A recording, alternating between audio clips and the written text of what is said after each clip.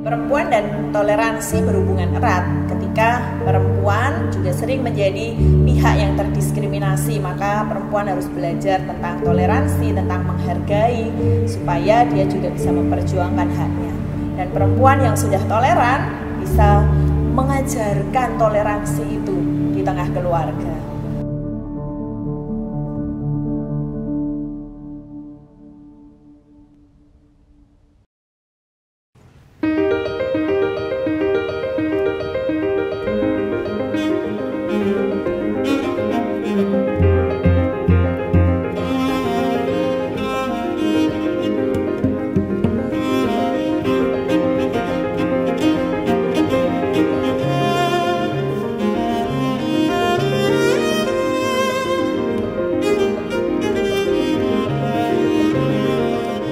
Dari workshop yang berjudul Revitalisasi Peran Perempuan dalam Mengelola Keberagaman di Yogyakarta, tanggal 28-29 Agustus 2015. Di workshop itu peserta belajar tentang keberagaman, tentang agama lain, dan bagaimana bekerja sama antar agama yang berbeda. Lalu di akhir workshop, peserta sepakat mau membentuk satu komunitas untuk belajar lebih lanjut tentang keberagaman, dan terbentuklah Sri Kandi Lintas Iman.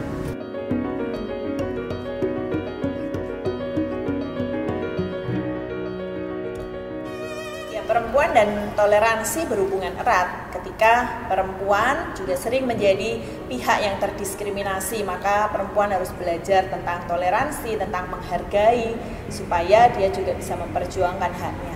Tapi pada saat yang sama, di tengah kondisi patriarkal ada keuntungan karena perempuan lebih banyak diberi tanggung jawab domestik, maka perempuan punya peran sentral dalam pendidikan anak dan keluarga.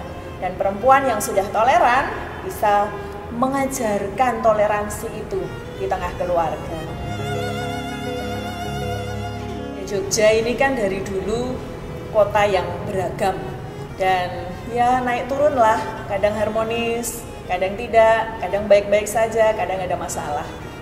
Salah satunya ketika ada pelarangan ibadah atau penutupan gereja. Ada 2 tempat di Jogja dan sekitarnya, dan Sri pernah terlibat dalam advokasi. Supaya anggota berdaya dan juga bisa menjadi agen perdamaian dalam kehidupan sehari-hari. Ada pelatihan resolusi konflik, ada pelatihan menjadi konselor, ada pelatihan bisnis online, ada pelatihan menulis, dan yang sekarang baru agak banyak pelatihan berkaitan dengan konten di media sosial dan mengelola media sosial.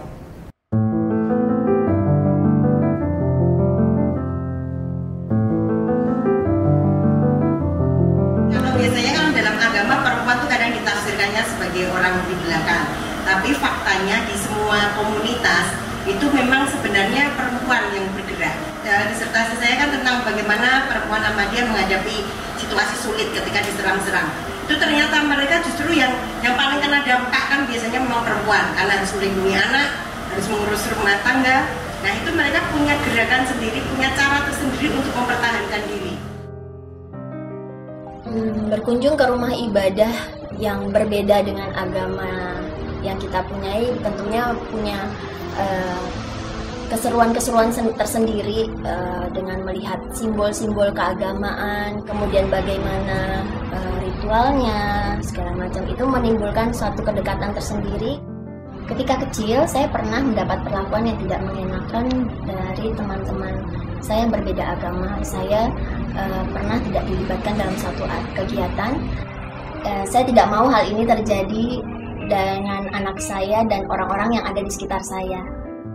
Tantangan tersulit yang dihadapi saya dan teman-teman saat berkegiatan di Srili adalah ketika berhadapan dengan orang-orang yang fanatik. Beberapa teman juga sempat mendapatkan perlakuan tidak mengenakan ketika mereka berkegiatan secara lintas iman.